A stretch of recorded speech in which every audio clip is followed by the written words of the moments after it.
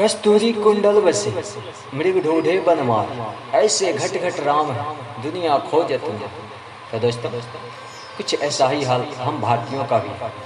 हम भारतीय यूट्यूब पे तरह तरह के मोटिवेशन स्टोरी या मोटिवेशन स्पीच खोजते रहते हैं और सुनते रहते हैं, लेकिन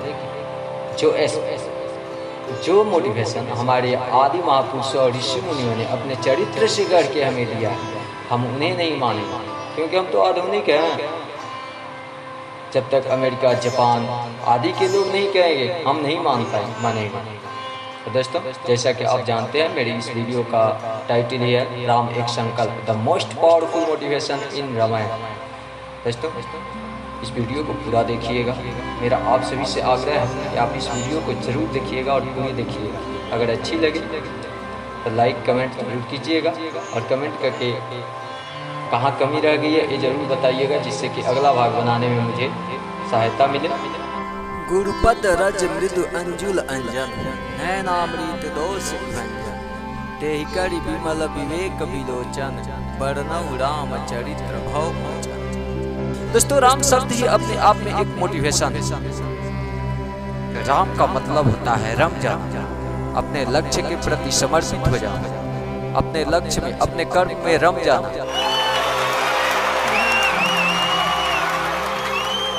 र का एक अर्थ और होता है प्रकाश, तेज, प्रेम, अग्नि। रम भवा आरंभते। एक बात मैं कहना चाहूँ, आप सोचिए कि जिस व्यक्ति को अयोध्या जैसे समृद्धशाली राज्य का राजा बनना है और अचानक उनके पिता बुलाते हैं, पिता के पास जाते हैं तो देखते हैं कि पिता तो को फोन में बैठे हुए, अंधेरा हुआ है, अपने पिता का हाल जानते हैं। तो उनके पिता कहते हैं कि राम अब तुम्हें राजा नहीं, अब तुम्हें अयोध्या का राज नहीं, तुम्हें 14 वर्ष के लिए बन जाना। राम उसे सहर्ष स्वीकार कर ले। उधर से जब वापस लौटते हैं तो उनकी माता कौशल्या पूछती है कि बेटा राम, महाराज ने क्या कहा आपसे? राम कहते हैं धर्म धुरी ने धर्म गति जानी,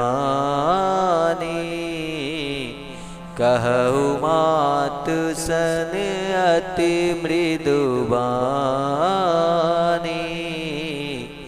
पिता दीन मोहे कानन राजू, जहाँ सब भांति मोड़े बड़ काजू।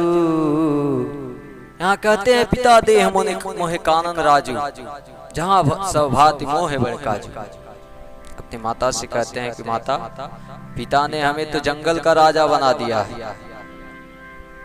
अब हम अयोध्या के राजा नहीं बनेंगे, हम जंगलों का राजा बनेंगे, और जहाँ हमारे सारे बड़े लक्ष्य पूरे होने हैं, सारे बड़े कार्य वहां से पूरे होने हैं।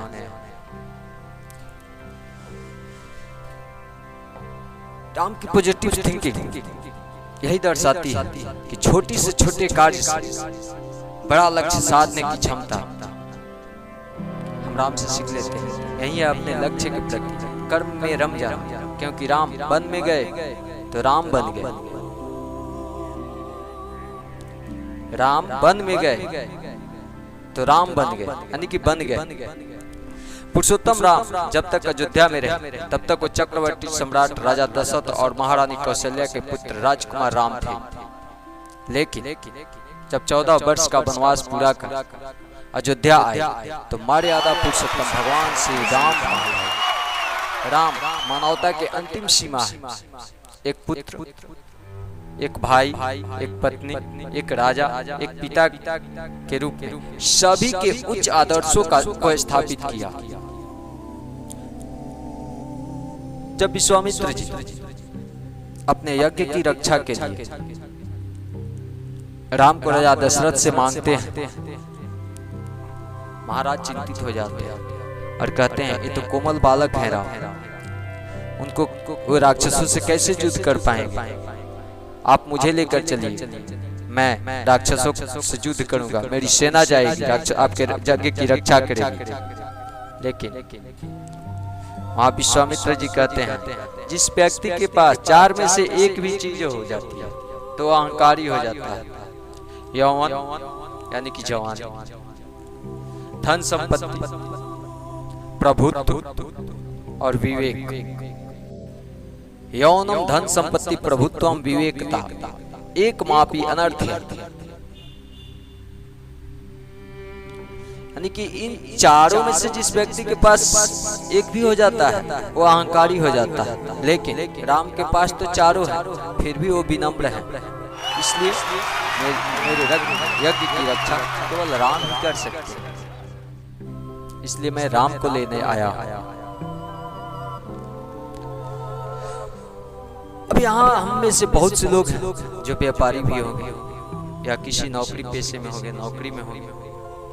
हम देखते हैं कि जब नौकरी वाले व्यक्ति को एक शहर से दूसरे शहर में ट्रांसफर होता है तो व्यक्ति चिंतित हो जाता है, सोचने लगता है कैसे रहेंगे, क्या करेंगे, कैसे एडजस्ट कर पाएंगे लोगों में।